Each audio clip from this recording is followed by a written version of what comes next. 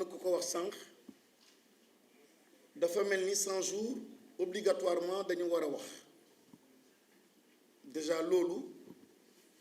war nañu góorgóorlu ba génn ci cadre yu mel noonu dafay indi erreur yu metti yu regrettable et sans nous en rendre compte dañuy installer sunu population ci logique boo xam ni une logique ancienne li ñuy wax ñëpp di ko wax mooy transformation systémique dafa am ñaari yoonu urgence ak yoonu essentiel mu am benn boroom xam-xam bu daan wax ni à force de sacrifier l'essentiel pour l'urgent on finit par oublier l'urgence de l'essentiel te 100 jours di mettre la pression pour ni wax leen dafay mel ni dañu bëgg tënk encore nation sénégalaise ci urgence te fekk essentiel bi mooy la vraie transformation une transformation systémique la question mooy est-ce que ci 100 jours yooyu ñu ngi ci gaar bu baax bi ndaxte sa oto mën na gaaw nga kontaan ni gaaw na lii def naa ko fekk fi mu lay yóbbu du woon destination bu baax ba ku ne changement système da ngay jóge xëy na gaar ba la nga nekkoon train bi nga nekkoon naroon la yóbbu fu bon nga changé ni damay dox tuuti nit mën na jàpp ni parce que tàmm ko parce que xamu ko mën na réer ci interprétation te fekk yow fi ngay dem fi ngay jublu moom moo gën ci askan bi président Diomaye Faye ak 100 jours ku koy wax fàttali dafa baax ci jaam fàttali dafa baax ci jullit 100 jours kenn du ko wax te fàttali ko woo lii am ñi yëkkati kàddu fi yëpp wax dañ ko d'abord lii njëkk am ñu ciy sante suñu borom mooy jikko moo tax changement am jikko moo tax changement am jikko moo tax suñu borom jàppale ñu bu ñu gaawantu nañu mettre la lumière sur les valeurs yoo xam ni moo tax changement am et des valeurs portées par le président Ousmane Sonko président PASTEF le président de la République muy Bassirou Diomaye Faye et les valeurs portées par vous responsables leaders et la jeunesse sénégalaise et les femmes sénégalaises ñoom ñoo incarné des valeurs yoo xam ni yan valeur la valeur loyauté valeur endurance valeur surtout générosité et en mettant en avant le Sénégal et le pays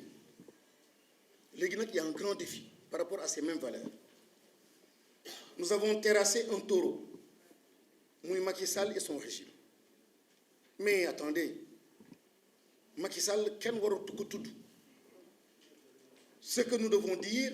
nous avons peut-être terrassé un taureau le taureau d'un ancien système d'une autre façon de réfléchir d'autres rapports à la politique d'autres rapports à la nation aux populations d'autres rapports aux puissances étrangères aux voisins à la question de la sécurité xëy na loolu la ñu terrassé il ne faut pas se tromper ñu ñuy dugal ci jeu comparaison man la Amadou Ba etc. c'est un petit jeu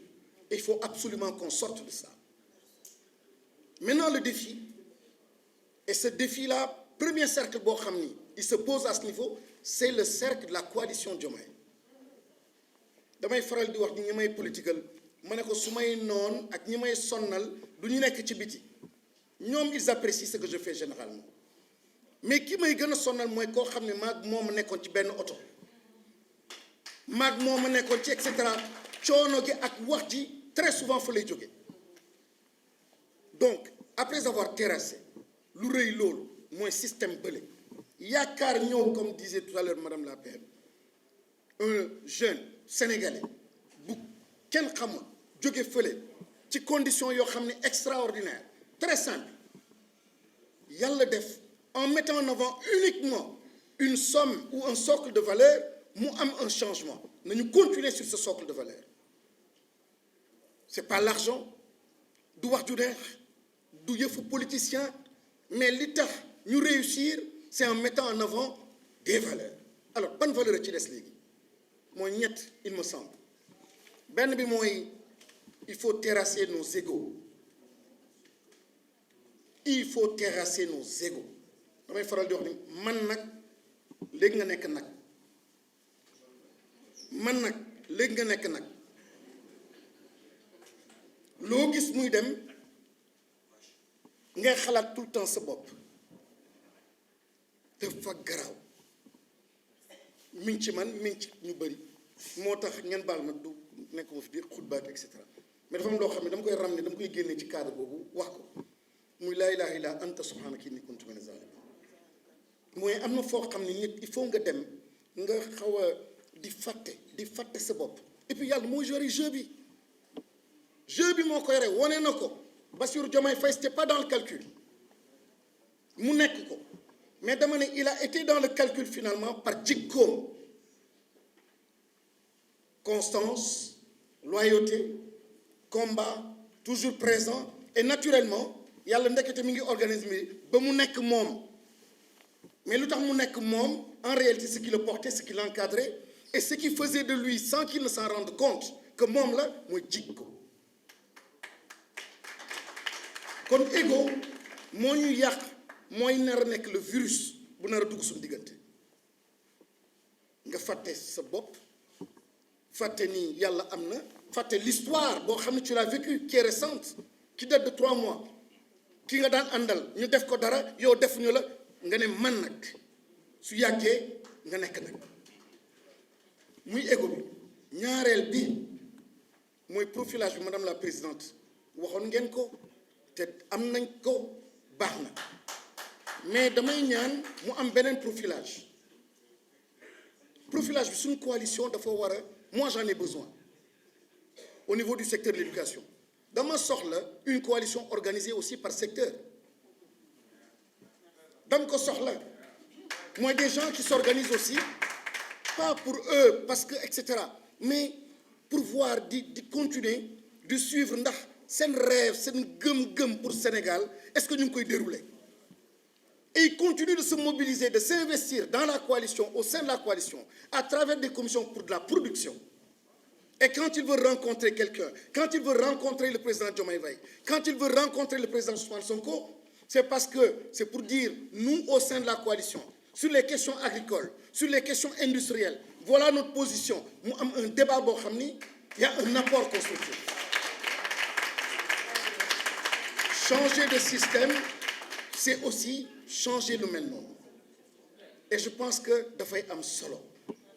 ñu am benn positionnement boo xam ne noonu lay demee et le troisième point bi ma yaakaar ni war nañu aussi relever ce défi moom mooy wax dëgg yàlla tey wax na ko xaw moom nag dafa dégg wolof trop nee na xaw ma kasak ba waaw nañu bàyyi njulli yeeg kasak ba wax dëgg yàlla nous avons été les acteurs d'un changement profond quand je voyais tout à l'heure la vidéo dama ne je voyais pas cette vidéo là pour tout de suite ma ne cette vidéo là elle est magnifique pour dans 20 ans say sët di ko xool te kenn ku nekk ci yéen su toogee ci biir famille am vidéo bi di dem di nga ne sa doom kaay ton petit-fils bis boobu ñun ñoo nekkoon QG nii la demee nga koy nettali avec fierté donc yàlla du la yëkkati ba foofu nga mener un grand combat un très grand combat en mettant en avant un idéal mu yàqu avec des politiciens yoo xam ne ñu lay tënk ci affaire 100 jours ngay xataraay di xeex di et cetera non nous devons to think out of the box réfléchir donc en dehors de la boîte maa ngi jégalu bu baax a baax di sant bu baax yàlla jàppale et président soxla na ko le premier ministre soxla na ko et le gouvernement soxla nañ ko am na loo xam ne de très intime bi mu bëgg partager aussi ak yéen pour comprendre un peu et ceux qui sont sur la table ak ñi nekk fii mës a nekk dans un gouvernement wala mës a am yenn responsabilité xam nañu li may wax président Diomaye Faye li mu gën a soxla tey jii mooy ku koy ñemeloo daan naa wax ni nit mën na wéet ci mbooloo soo génnee ñëpp di la tàccu te fekk da nga ragal ñëpp te dama ragal am na yenn wax ak yenn attitude yoo xam ne suñ koy am dañuy tiital suñu président tiital suñu premier ministre tiital suñu gouvernement parce que dañuy bëgg ñëw ragal a ñëw fii sax dañ fiy bëgg ñëw ragal a ñëw